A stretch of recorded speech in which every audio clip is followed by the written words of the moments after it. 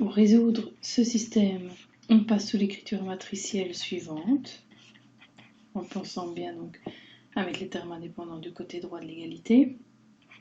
2, moins 1, moins 1 et moins 2. On a bien x, y et z dans l'ordre à chaque fois. Moins 4, 2, 2 et 1.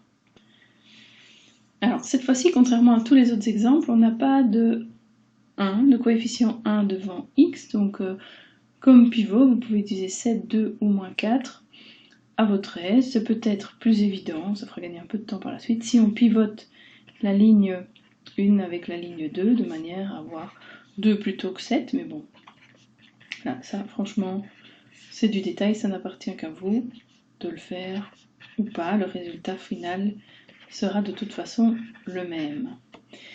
Alors, pour amener mes deux premiers zéros, j'ai un 7 et un 2.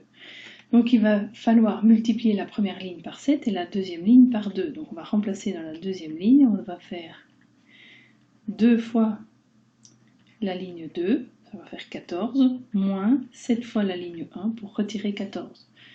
Première ligne, comme d'habitude, on la recopie.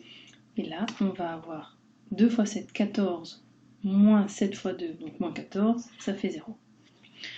2 fois la ligne 2, ça va faire moins 8. Moins 8, moins 7 fois moins 1, ça fait moins 8 plus 7, ça fait moins 1.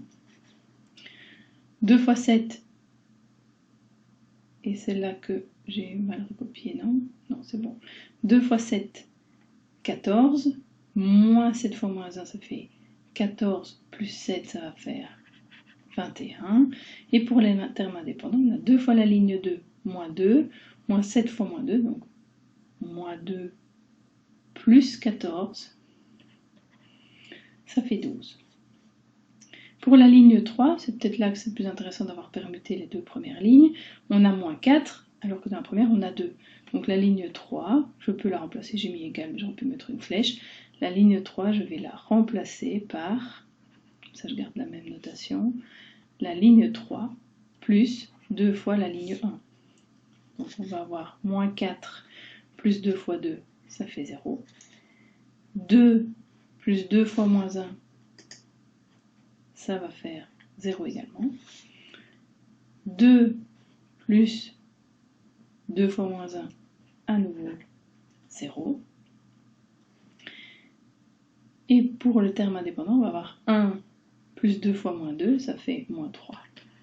Et là, on arrive à un système où on a 0 devant chacun des coefficients, enfin pour chacun des coefficients de x, y et z, alors que c'est censé être égal à moins 3. Donc on va avoir un système, si on le réécrit, où on a 0 est égal à moins 3.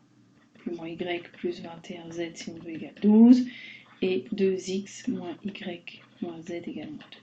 Bref, la dernière ligne nous indique que de toute façon le système est impossible à résoudre. Ça veut dire qu'il n'y a pas de solution.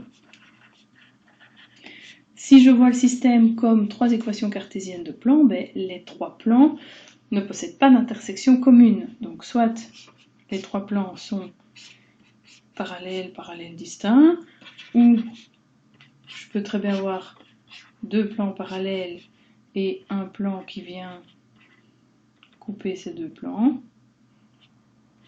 Pas aussi évident que ça à dessiner, voilà.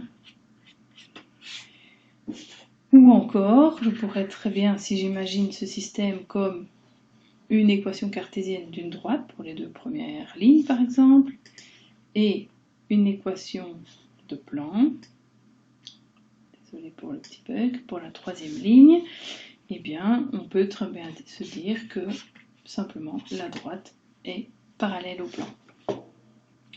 Voilà deux interprétations possibles pour, enfin trois interprétations possibles pour ce système linéaire.